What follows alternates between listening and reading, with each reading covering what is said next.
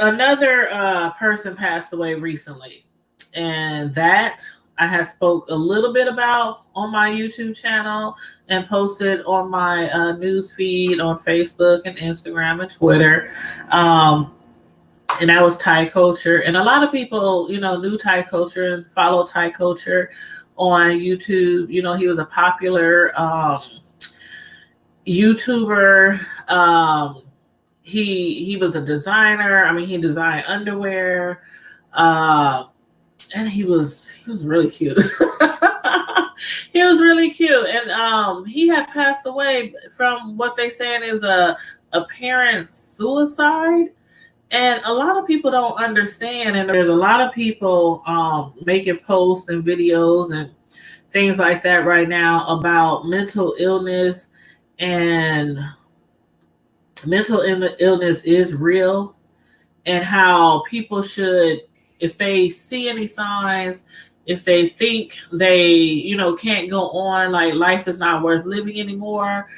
A lot of people have been putting, I wouldn't say like suggestions, but more like just supportive things that you could do, like contact the national 1-800 number for national suicide prevention, support groups. There's a lot of groups out here who are willing to listen and actually, talk to you and try to talk to you off that edge. People have been over the past few days posting videos, support group information for people who are thinking about suicide. And I happened to be watching, a few things out there about that. And a lot of stuff I do agree with. Excuse me. Like, for one, we never ever know what somebody is going through. I mean, truly going through, unless they tell you. People, one would look at certain people and just think that they got it good, they got it made, they famous, whether it's on YouTube or whether it's something else, whether they got, just a real good job, or seem like they family has everything, nice home, nice cars, nice job,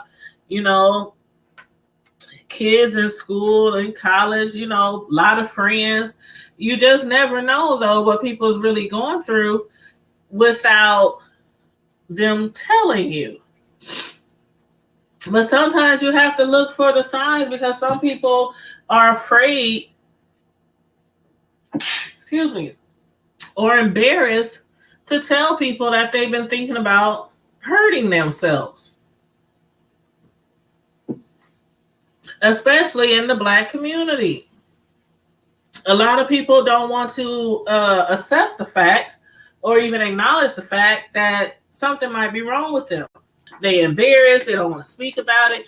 I have seen like videos that he had posted, about things that he had been going through and suffering with depression. But it's like, what can you really do? Like, I was on, whose live was it? It was Deanna's, and I wasn't on her live. I had watched the replay. Deanna Irvin. I had watched the replay, and the only reason I had, I won't say the only reason, because I usually watch her videos live, and then I usually watch the replay if I missed them. But this particular video that Deanna had did, I think it was last night or 2 nights ago, and in her live, somebody by the name of Chinky or something like that has said that they were thinking about killing themselves, or they wanted to kill themselves. Like, what would you do if somebody put that in your life? Like, if we're just right here, right now, we chopping it up about cooking food or talking about TV show reviews like I do a lot, and somebody just pops into the chat and says they think they're going to kill themselves. I mean, what could we do, when we're nowhere near the person? We might not know them personally. We might not have their contact information. All we know is like their YouTube name. We might know what city and state they live in if they happen to mention it. But like, what could you do? And I watched the replay of the live, And I just felt some type of way because I could see the emotions that the people were going through in the chat. And they were like really scared for this person and really concerned for this person. And then it seemed like the person, I don't know, they were posting at first, and then like Deanna was like, "Where you at? Where you at? Are you still in here? Are you still in the chat? Does anybody know this person? Does anybody have this person phone up? You know, just trying to figure out what they could do for that person." And then it was like the chat ended, you know, shortly, like a few minutes later. I don't know if anybody ever reached out to that person. I pray they didn't harm themselves and they possibly did get help. But Deanna did have people drop the National Suicide Prevention number. So they started dropping it all through the chat. I don't know if the person used it or not, but that was really scary. I don't know how I would have reacted if somebody would have came into my chat saying that stuff. Now, the fact that they kind of dropped out of the chat or didn't see any more comments from them or something, I'm like, first I was like, okay, is this a hoax? Is these people for real?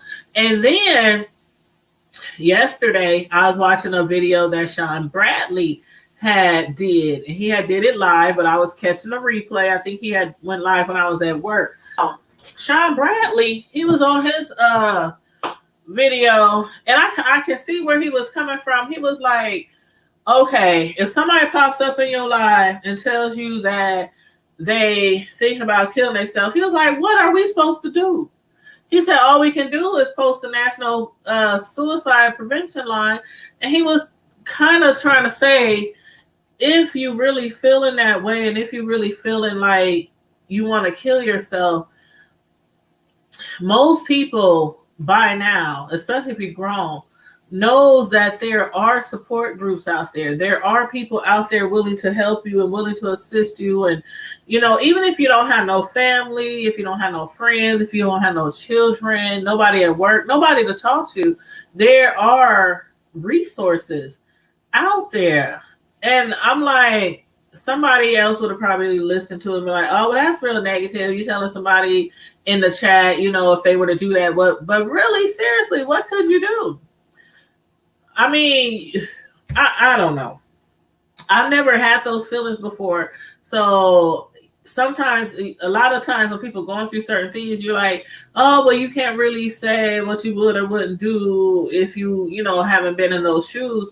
I've never, thank God, been driven to the point where I feel like I want to take my own life, because I always, I mean, sometimes even when it seems like you have, like I tell my children all the time, because I know what it was like kind of worrying when I was growing up, because we were poor.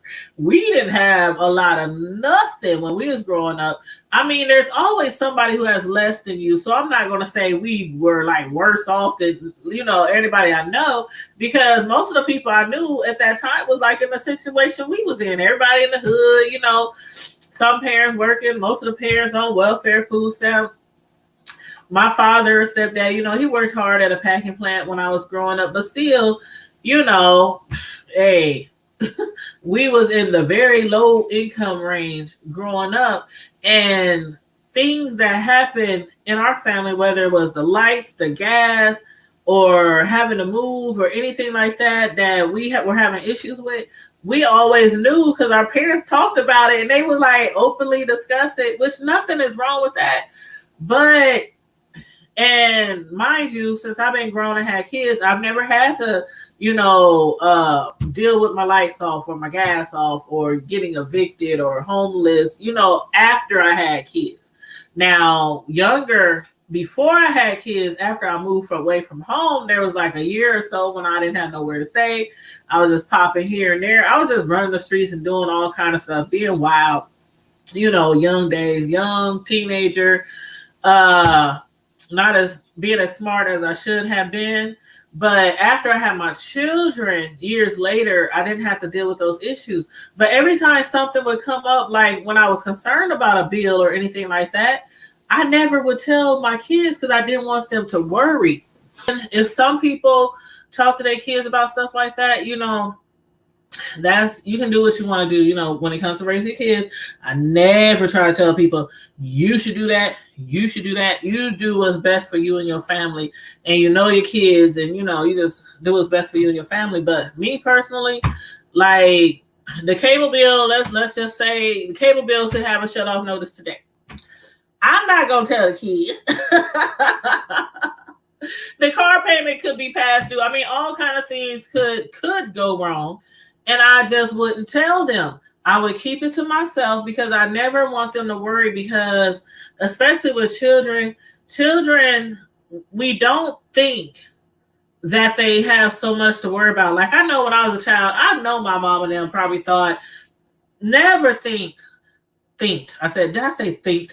Never thought that we had, worries. Like, some people just fail to realize that children have worries and they have fears and they have a lot of pressure on them, especially when you hear from your parents, don't do this, don't do that. If you do this, I'm gonna do that. Then you have your homies at school and on the street, on the block, saying, do this, do that, come with us, do this, do that. And you have all this pressure coming from both sides. You want to please your family, you want to please your friends, you don't want to seem like an outsider and all that kind of, or the oddball when it comes to, not being with certain group of friends or doing what they do, and you never really think, well, not everybody, but a lot of parents never really think that they kids have worries, and they do. And then when you capitalize that with, if you have bills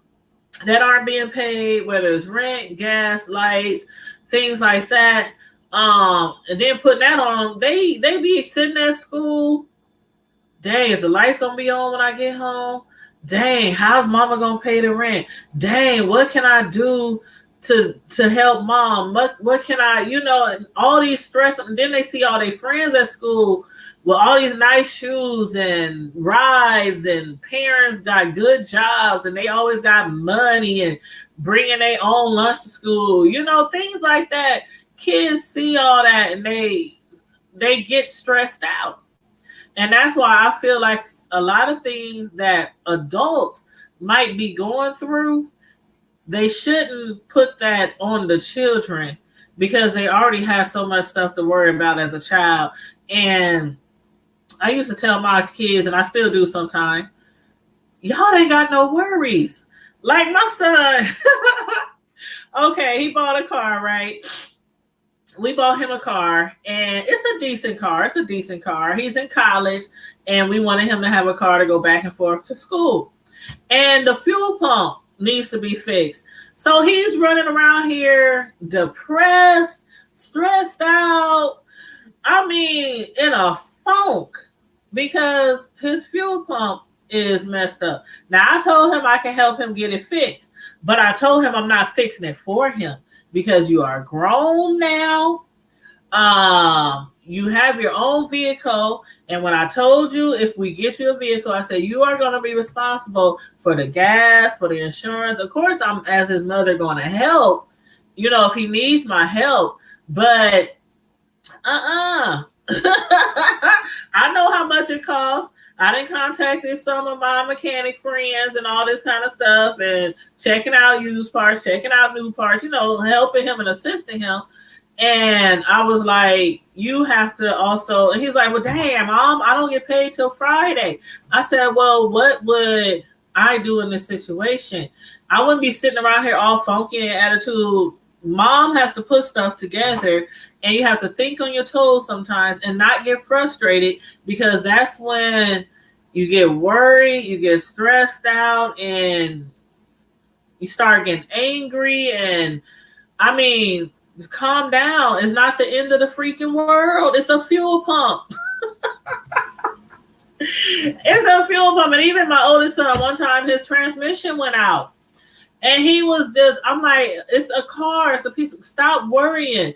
Well, I can't get my car. You still have a ride. You still have a place to live. You still have a job. You still have your life.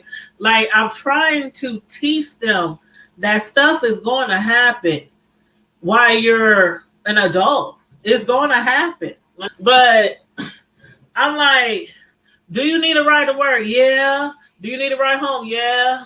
Well, my friend could take me, or mom, can you take me? Or we're gonna make it happen. And you get your car fixed when you get your car fixed. But I'm trying to teach them now that y'all only like in y'all teens and y'all early 20s, and this is just the beginning of life.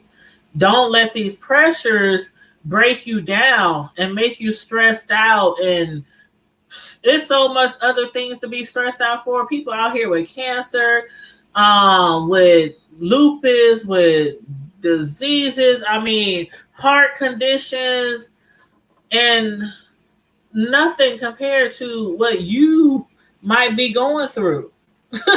People worry about if they gonna wake up the next morning and you up here depressed about a fuel pump. Boy, you better go on somewhere.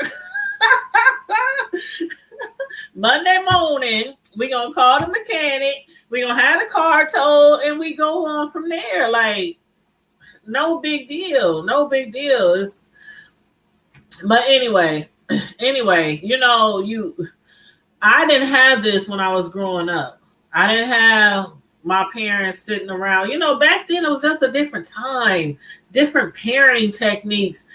The things that we didn't discuss, that I felt we needed to discuss when I was younger with my parents, I do it now. And things that I felt were discussed around us that I thought maybe we should have been in the bedroom somewhere while they were talking. I I take the good and the bad of what I thought was maybe not good and bad, but I take some of the things that I think was a positive moment or maybe a negative moment in my rearing, my upbringing, and I use that to my advantage to parent my kids, because we're not perfect. Our parents weren't perfect. We'll never be perfect. Our children will never be perfect parents to their kids, and so on and so forth. But things like that can like break people, and when things start, piling up on you, some people feel like there's nothing else they can do. There's no reason to live. Why is this happening to me? Blaming God for things, and God, why you let this happen to me? But this person over here who's a thief and a murderer, they I'm like, why do the good people go through so many bad things? And when it comes to like suicide and people feeling like they're under so much pressure where they can't make it anymore, it really helps to talk to people. It really helps to talk to people. It really helps. Sometimes you need to seek counseling. Sometimes you need to go into a medical facility. Sometimes talking to a friend won't help. And I know this guy who, Tai Couture, who was on YouTube, I know he made videos about, his condition, him being stressed, him being depressed, things like that.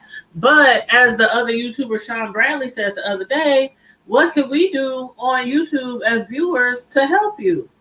You really need to go a little bit further if you really want assistance with your issues. But mental illness is real.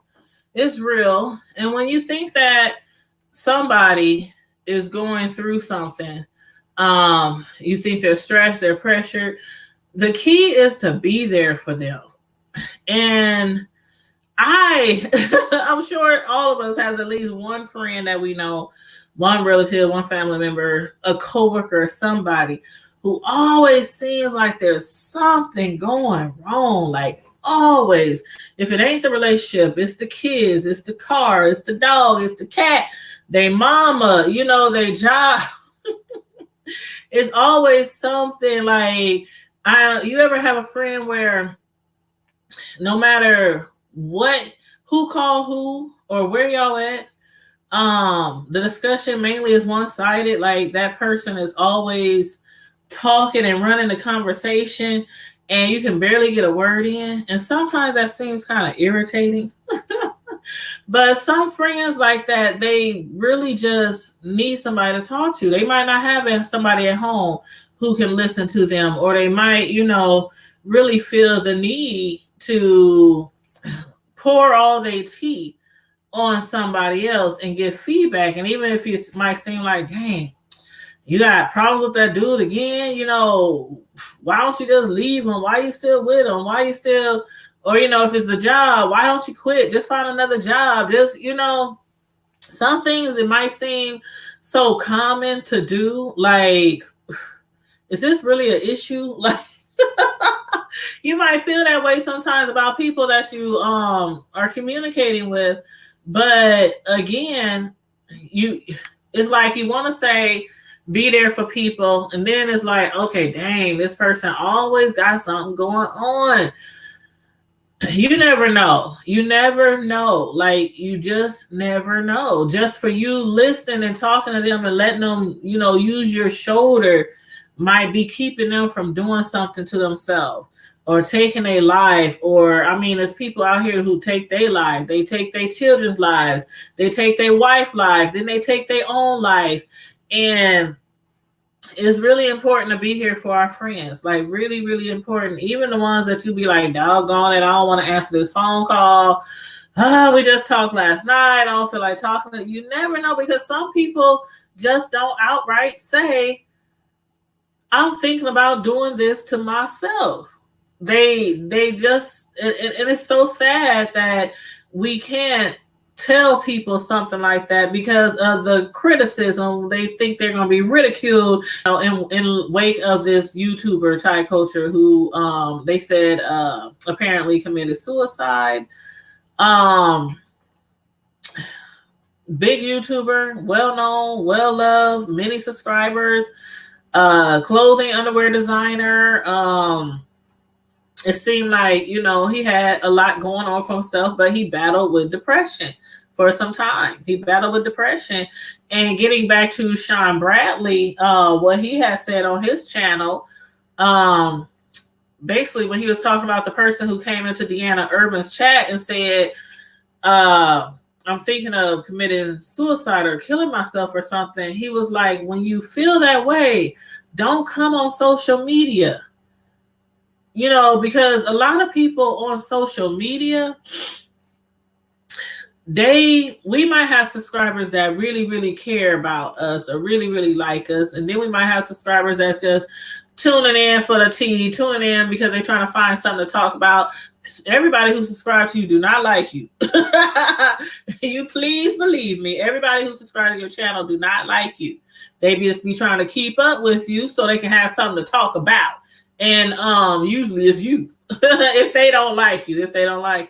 But Sean Bradley, what he was basically saying, which a lot of people might not agree with, but I do, is that when you are dealing with stuff like that, mental illness, feeling like killing yourself or harming yourself or somebody else, there are support groups out there. There are people, that you can call. There's 1-800 numbers. That every city, every state has support groups. There's churches. Most people have some amount of friends, some amount of family members. If you don't, go reach out to those support groups. If you have to, check yourself into a hospital, because coming on social media and, telling people I want to kill myself, like, really, what can we do to stop you? I mean, we can say, don't do it. We can give you the 1-800 national hotline number. We can say, where's your family? Where's your friends? Where's your mom? Where's your dad? I mean, but there's really nothing we can do but watch, and listen. And we can pray, but you have to take further measures, further steps if you really, really want to get help. And the reason why I said some people might not agree with what he was saying on his channel, because at one point he did say, if you're going to do it, just going to do it. But if you seriously won't help, there are people out there who are willing and patiently willing and waiting to listen and to try to talk you off that cliff, off that edge. So that's just what I would recommend to somebody. If there's anybody watching, anybody that that you think is having, thoughts about things like that, maybe seem like if you don't stay on the phone with that person long enough, they might do something. Get to them, sit and talk to them, listen to them, take them out for a bite to eat, talk to them over a drink, over a meal, offer to take them to church, offer to come over and babysit for them or clean their house, or it's so many things that we can do as friends, as loved ones, to show how much we care. Some people really think there's nobody that really cares for them, no matter how big your family is, how big your circle is. Some people think people really don't understand them, really don't care, what they're going through. And so it might be like, dang, this person is always going through, dang, this person, but you never know. Be ashamed to reach out, because, again, I can't imagine doing that and leaving my children here. My mother's in heaven. My father and my stepfather are still alive. Some of my grandparents are still alive. Some of them are in heaven. I have a pretty large family between my dad and my real dad's family and my mother's side of the family, and god sisters. So I have a large support group. If I need anything right now, a ride, $5, a roll of tissue, somebody to do my hair, somebody to do my nails. I got people who do all kind of stuff, cook, clean. I got a large amount of family members, and fix cars, car dealers, doctors, nurses, so sometimes you have to reach out to these people, and don't be ashamed to reach out and ask for help and ask for assistance, because sitting there and not reaching out to somebody is going to, everything that's attacking you is going to allow it to keep eating and keep attacking at you, and draining you physically, mentally. And sometimes you have to look up to the heavens, from which comes our health and strength, and take it to God. Oh man, mental illness is so real.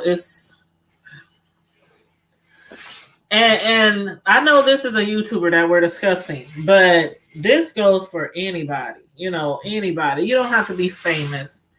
You could be just the boy next door, the girl next door, going through something. But I'm glad that there are a lot of people out here making videos. I'm glad that people are talking about it. Sometimes it takes somebody famous and well known to do stuff like this for everybody to be talking about it, because we hear people killing themselves all the time. Students, like a month ago. Was it a month ago? Yeah, like a month ago, my cousin had posted on her Facebook page that one of her kids' classmates committed suicide. And I was like, what? That was crazy. But it's, sometimes it takes people who are famous and well known, or people who got a lot of followers on Instagram, or, just celebrities. We might not be celebrities like Kanye West, Jay-Z, Beyonce, people like that. But YouTubers in some certain way are celebrities. You might not be world known, but you're well known once you reach a certain status of subscribers and whatnot. So I'm not mad about that. That sometimes it takes things happening to bigger, well-known people for us to talk about it, because I think this is something that we should talk about, and maybe more people will start talking about it, on a smaller scale, at churches, at schools, It's just so sad. It's so sad. You know what? I wasn't like as big as a follower of his as a lot of other people were. I knew of him. I knew that he battled with depression. I would hear people talking about him, doing commentary on him, but I didn't know him personally. I haven't been following him forever, nothing like that.